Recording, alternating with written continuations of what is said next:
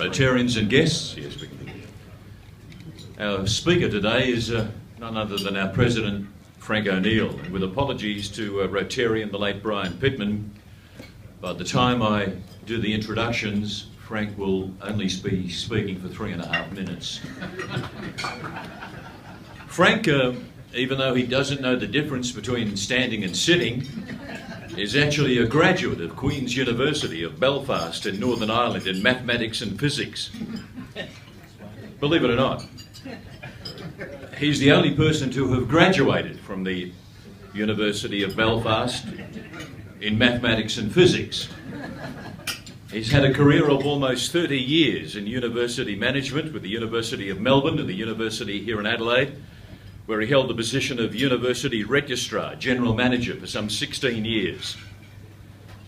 Frank has also worked internationally as a consultant in projects to Indonesia, Malawi, Malaysia, Singapore for the World Bank, the OECD and the European Commission.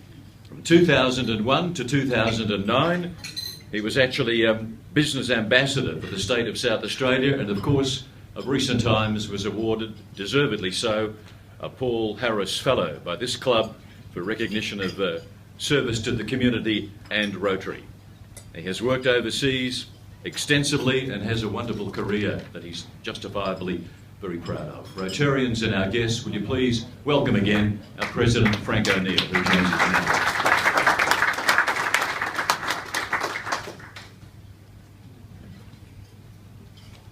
Thank you, Tony. Frank, born and raised in Northern Ireland. Tell us about those early years and your family. I grew up in a small rural community. In the 1950s, I went to the primary school in Drumcerne Primary School. We had 100 children, and they were aged between 4 and 14. You left school at 14 then, and you found a job either as a domestic or an agricultural labourer or in the forestry. I happen to belong to a family where my mother was passionate about education, so she arranged for all her children to go to boarding schools. She had 11 children, so this might have been about survival. 11? 11. Obviously not a Protestant. Not a Protestant, and she didn't understand birth control, or she followed the Pope, one or the other. I was number 1. So I was the trailblazer. The younger ones got it easy. But it was an interesting family in that you only really knew 6, the top 6, and then you went to boarding school, and then you went to university or you went somewhere else, but you didn't come back. And then, so that went right through the family. So the lower 6 always knew themselves better than the upper 6. And it's only in later years, and generally in times of grief, when your parents die and everybody comes together again, that you begin to understand each other. And that's an important emotion, I think. I went to a school that actually didn't have an electric light. I used to get to school, we were required to be there at 10 minutes to 10, and we left at 20 minutes past 3. These are strange hours for schooling, but then that's when the light was available. So, but it was a very interesting curriculum. It included things that you don't find in curriculum nowadays. We had poetry, we had arts and craft, we had gardening, we had composition, we had algebra, and this all happened in our primary school. So today, when I go back to Drumcerne, there's still only 100 students in the school, but everybody leaves at 11 and goes on to another local high school. Frank, when you were growing up, do you experience any of the troubles in Northern Ireland, the tragedy that lasted for so many years there? Not really, because I grew up in a very Catholic environment, and so I really didn't meet the first Protestant until I went to university. they were strange people. So, I left my village, I went to a Catholic boarding school, and then I went to university, and I found that, and as you can gather from this, it was quite a segregated society. And then you discover these Protestants weren't such bad people after all. And out of that, there grew a social movement at Queens University of Belfast. And of course, the trouble started shortly after I left. So I cannot be held responsible. I then went to work in London.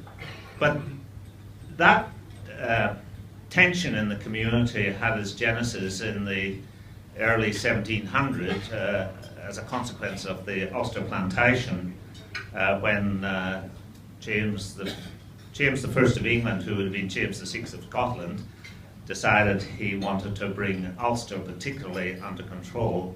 So he awarded the Presbyterians in Scotland some land, or a lot of land, in Ireland, so that they would remain, give their allegiance to him, because he had moved the court to London. And he gave the livery companies in London huge swathes of land, and the guilds in London, and asked them to populate it. And consequently, you had a huge, the lands were confiscated from the Catholics, and the Catholics then were moved to the upper reaches of the hills and poorer land, and the Presbyterians and basically Church of England were given the opportunity to settle. And of course all the Catholic churches became Church of England churches. And that tension in the community and that resentment manifested through generations and generations. And there was, as a consequence, I suppose the dominant class was the Protestant class and the Presbyterian class. They ran basically the industrial city of Belfast. All the jobs were given to the Protestants, and the Catholics were basically aligned to the poor farming opportunities. But I have to say, the brothers, that is the religious brothers and the religious sisters, decided the only way out of this dilemma for the Catholics was to actually provide cheap education, but classical education, and consequently the Catholics became educated and now basically dominate all the professions in Northern Ireland. And the boys from the Shankill Road, who always thought they would be guaranteed a job at 15, are the boys that actually are on the periphery of society. And so there's been a turnaround, and it's a sad situation. But peace has broken out. It's a beautiful part of the world, and I would encourage you all to go there. It is the most beautiful part of Ireland, and peace is reigning everywhere. Frank, when were you deported, and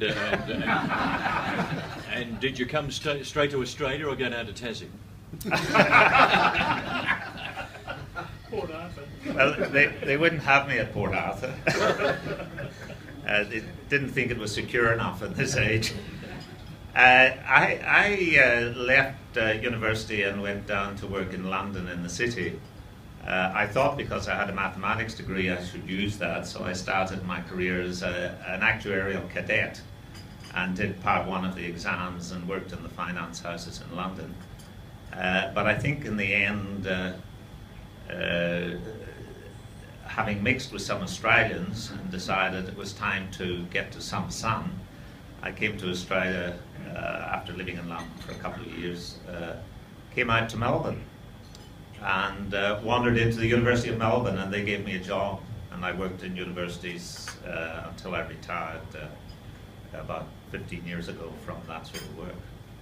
Tell us something about your family life, Frank. Married, children, grandchildren? Yeah, I came to Melbourne, and I remember after about 9 months, I don't know people in Melbourne at that time, there was a dance hall in Albert Park. There was a rugby club and Powerhouse. Powerhouse, that's exactly what it was. And like You were the Irish guy there looking for He started the fight.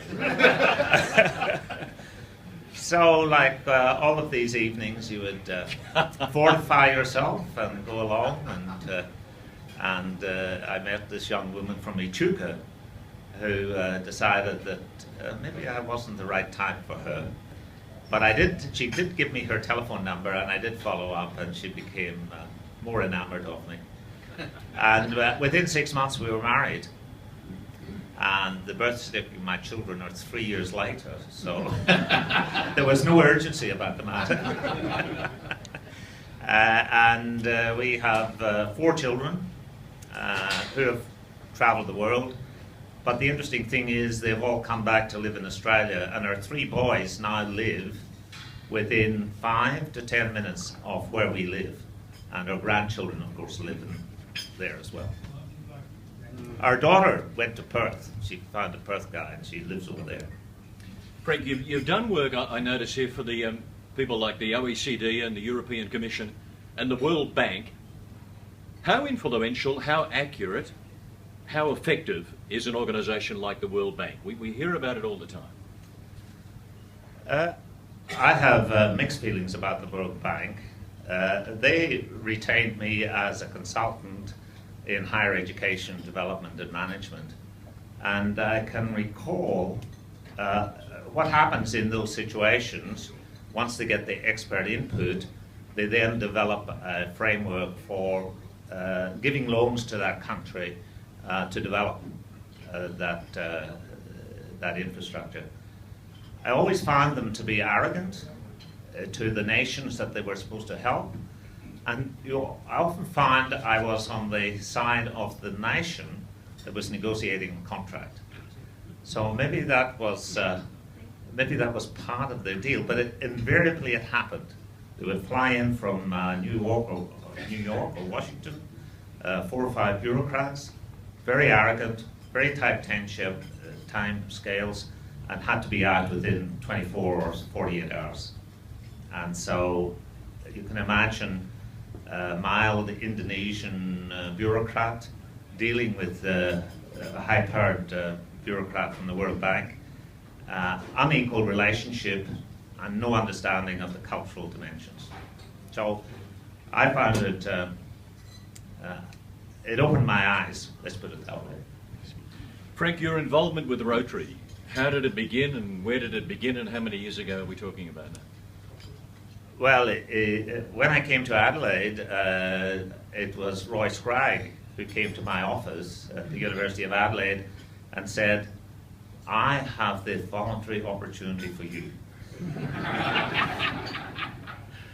And of course, Roy was the chair of postgraduate studies in medicine or in something like that, Roy. I did see you here today. Yeah, okay. And very significant and powerful figure in the medical profession and influential in the university. So I thought, oh, yeah. So I thought, I better take heed of this guy. So I said, I will come along to Rotary. And it's like, as Reg always says, why do you join Rotary? Somebody asks you. And I lasted about 3 years because the demands of my profession at the time were such they began to squeeze out all opportunities to attend lunchtime meetings. And so my employer got my time rather than Rotary. But when I came back then I had a stint overseas in the 2000, late 90s, 2000, and then came back to Adelaide and rejoined, and John Seaton interviewed me at length and then certified that I would be a fit and proper person to come into the club again. Well, marginal. Did you understand any of it? Probably not. I learned your language. Oh, right. So that's how I got involved. Frank, what was the best bit of advice you were given when you were taking over the presidency, and what advice will you give to President-elect Peter when he takes over from you?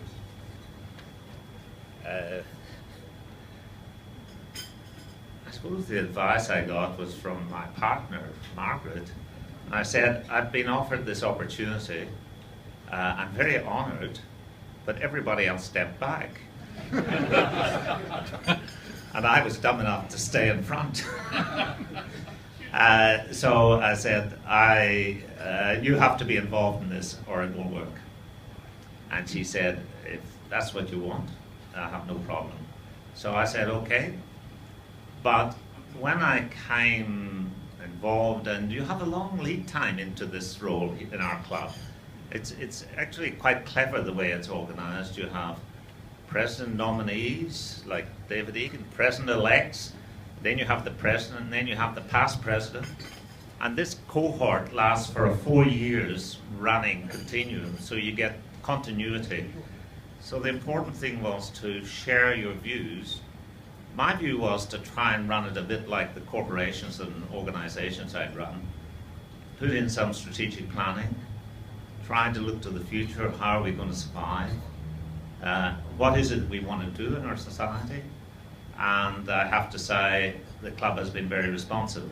As you know, we surveyed all the members and we had a great response from, we have about 180 members. We got returns from 82.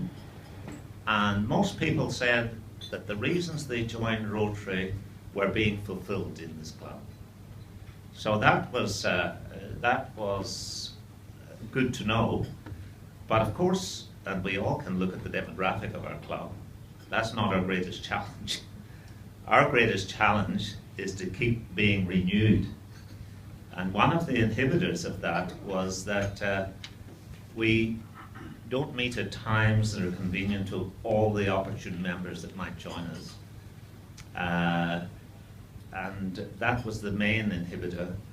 And when you look back to the, I suppose, the heyday of Rotary, the 60s, the 70s and the 80s, this club got up to 227. But when it got much beyond that, we would spin off another club. So you had Adelaide West, then we had Adelaide East, and then we had Adelaide Light, Adelaide North Adelaide. And so we spun off a lot of new clubs to accommodate people. And I think it's important we actually hold that enthusiasm inside our own club so that we keep renewing ourselves. And I've just, the board has just agreed at the last meeting that we will have another evening meeting for Rotary that people can attend. And I've talked to a new member, Jenny Brown, who'll take on the leadership of developing that process. And hopefully we might hand them, and I'm thinking on my feet, the project to run Philippines. But in other words, we need some opportunity for new members with different professional interests to many of our members here, who to network, to develop the same enthusiasm, and to come in and out of our club as opportunities arise. Rotarians and guests, we have time for a couple of questions for President Frank. Do we have any from the floor? No, it was pretty boring, Frank. Oh, so yeah, yeah, John. Frank, I've heard that the Irish invented the bagpipes, but then gave them to the Scottish, and the Scottish haven't seen the joke yet. Since it comes from Ireland, I mean, have you learnt to play the bagpipes, or do you have any musical talent? Definitely no musical talent, but I appreciate the bagpipes, and our kids all went to Scotch College, so we're imbued with the bagpipes if anybody would like a rendition. So the old joke of a definition of a gentleman is somebody who can play the bagpipes but chooses not to, that doesn't apply. Jeffrey.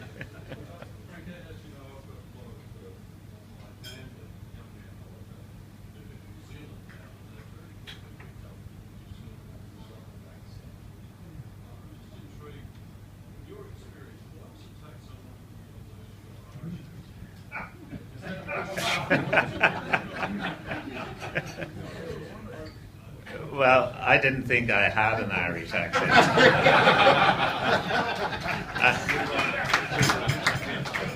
I don't understand what you guys and I don't think the New Zealanders think they have a New Zealand accent either. But it's interesting, in Ireland, they think I speak with a broad Australian accent. He just answered my question. Rotarians and our guest, will you please, Doctor? Yeah, sorry, this is not a question, this is a comment. I think it would have been terrific if we'd had this session earlier in your presidency.